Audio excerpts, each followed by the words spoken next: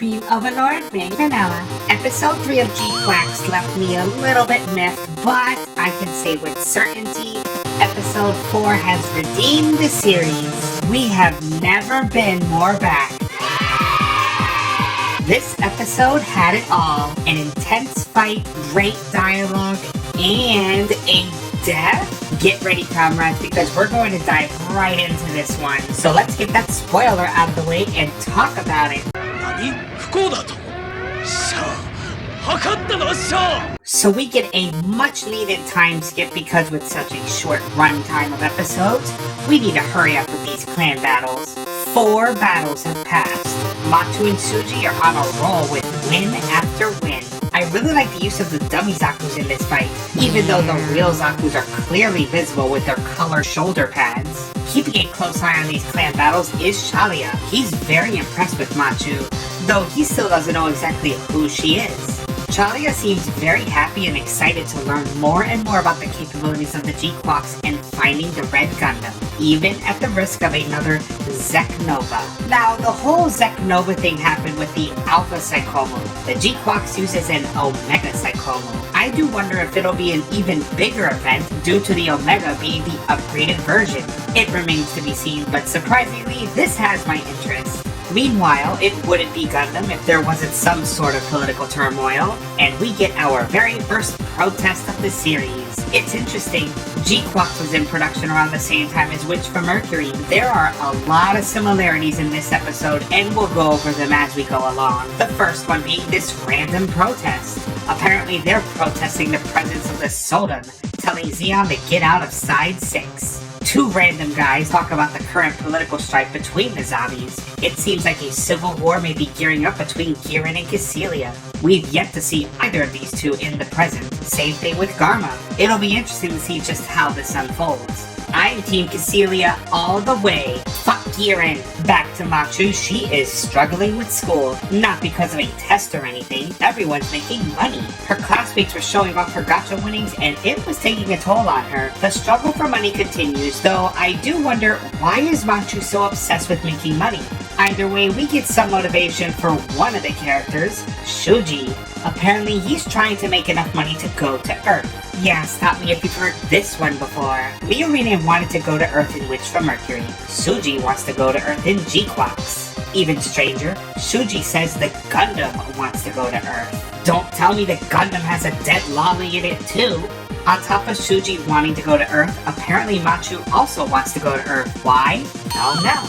It immediately cuts to Machu getting scolded by her mother because during career day, she said she wanted to be a jellyfish? I know, this whole sequence is so random, but don't worry comrades, things are about to pick up. After some banter about Earth and Suji between Nyan and Machu, Nyan meets up with her handler for another delivery, but the guy asked if she knew anything about the Red Gundam. Apparently there's a hefty bounty out for it. I have a bad feeling Nyan will snitch on the whereabouts of the Red Gundam for the sake of money. After all, we've got to have money. Meanwhile, with the Pomeranians, they don't even know who Shuji is. Apparently, he's going under the alias of Hara Herimushi. Wait, is that a fucking Mothra reference? They speculate just who he is, which makes me think they haven't even met Shuji. It seems like he just shows up for the clan battle and leaves. But so long as Hara Herimushi keeps delivering wins, they don't care. They're still making money. We then get introduced to a new waifu in Gundam. This Lana-eyed looking lady, Shiko Sugai. Now let me tell you, when Gundam fans swoon, they swoon. But to me, this lady is... mid! I know I had my simpy moment over Cassilia, who is absolutely stunning regardless of origin, original series, or even GQuuuuuuX. But y'all are simping over this. This is your queen. I'll get more into her as this video goes along. Anyway, she is a Unicum, which somehow means ace pilot, and formerly of the Earth Federation. She shot down over 100 mobile suits during the 1-year war. A formidable pilot indeed. For perspective, Amuro has been reported of shooting over 140 mobile suits during the 1-year war. Kane Googles her and finds out that she is the Witch.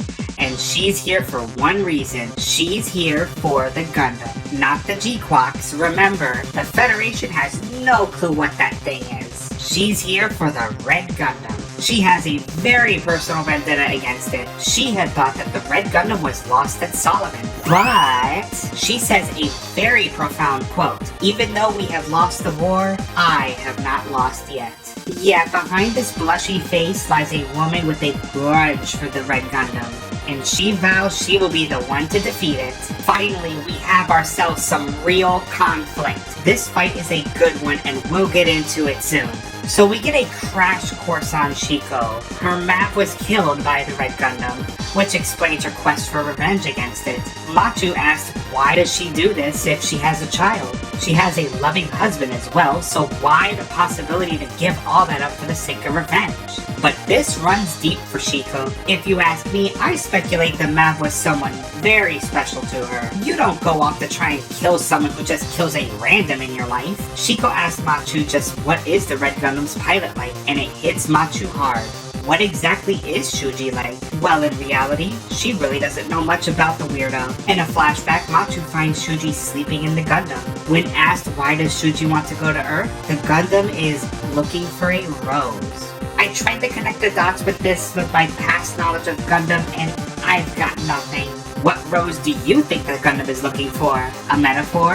An actual rose? Comment down below. Later on, we find ourselves at a building labeled Security Dormitory Group. Inside the test mobile suit cockpit, we find an Earth Federation pilot being helped out.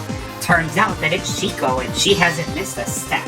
We then get yet another familiar face from the original series, making their GQuuuuuuX debut, Mosk Han. Who? In the original series, this guy gave the Gundam its magnetic coating and was one of the big brains behind Gundam Alex. Now, why exactly did they decide to make him look almost exactly like the Nerve second-in-command guy from Evangelion? Don't know. But Shiko steps on his toes by calling the test cockpit a part of a mass-production mobile suit line. According to Mosk, this isn't just some ordinary mobile suit. It's got technology that Zeon doesn't even have. What is this mysterious mobile suit? Possibly the biggest swerve in Gundam history. Just wait for it. Shiko only cares if this mobile suit can destroy the Red Gundam, and Mosk talks about the Psychomo, a new type weapon. But Shiko doesn't believe in new types. She calls it Zeon propaganda. Mosk confirms the possibility of it being propaganda, but also that Shiko herself could be a new type. This is one of my favorite scenes in the episode. Not only do we get the return of an obscure Gundam character, he doesn't miss a beat with his goofy arrogance. And the disdain for new types and the disbelief in them? Remember, the Federation didn't have an Amuro to give data about the Gundam. No Amuro, no Gundam, no Matilda talking about new types, no white face with a bunch of new types in it, nothing. So the Federation really is left in the dark about new types. The stack of dominoes falling is real. After an obligatory Machu doing a handstand fan service shot, she gets a text message from Jezzy. The opponent for the next clan battle has changed. The new entrant is named The Witch, which can only mean one thing. Shiko is going in to fight. Get ready, comrades, because in this fight, there's a lot of craziness that goes on. So the Pomeranians are under the impression that their opponent is a light-type gun cannon. It's no secret that this clan, CRS, is associated with the Security Dormitory Group. They essentially use clan battles as a way to generate interest for their own profits in mobile suit development. Machu and Shuji won't be going up against Alibaba. They're going up against Amazon themselves. As Machu drops into the battle area, she can't shake off her previous conversation with Shiko. Putting the pieces together, Machu comes to the conclusion that Shiko and Shuji are very similar. They can predict things. But Shuji tells Machu that the Gundam says to focus on the battle. We then catch sight of the Pomeranian opponents, a pair of gems, a pair of three-eyed gems. Pause. These things are fucking Gelgugs? Yeah, so apparently in this universe, these three-eyed gems are Gelgugs, the mass-produced Gundam that Zeon created with the Gundam's data. So remember, the Gundam in the original series gave birth to the gem. In this series, the Red Gundam gives birth to the Gelgug. Trust me, when I saw this scene, I had an existential crisis. This is clearly a fucking gem. I get the lore reason, but come on, what's next?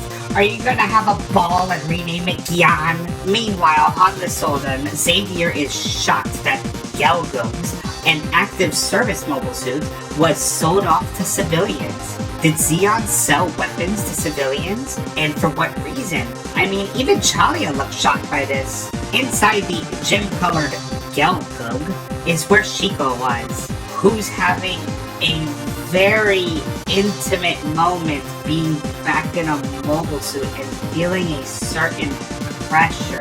Okay, maybe the Sims are onto something with this lady. So the match begins and the Gelgugs go straight towards the Gundams rather than recon like other MAV units. According to Anki, this is how the witch always fights. So Bokata, Shiko's wingman, Mav, or whatever, fires the first shot at Machu, a powerful beam shot that knocks her back. Shiko draws the Gelgug's beam saber out and goes straight for Machu. Just when Machu thought that she was ready, Shiko pulls off an Ultra Instinct move that zips her Gelgug around the GQuuuuuuX. This caught her completely off guard and nearly does her in, but Shuji saves the day and knocks her away. Shiko comes around for another attack and Machu again thinks that she's ready, until the Gelgug does it again. A swing and a miss from the GQuuuuuuX. Just what is this move?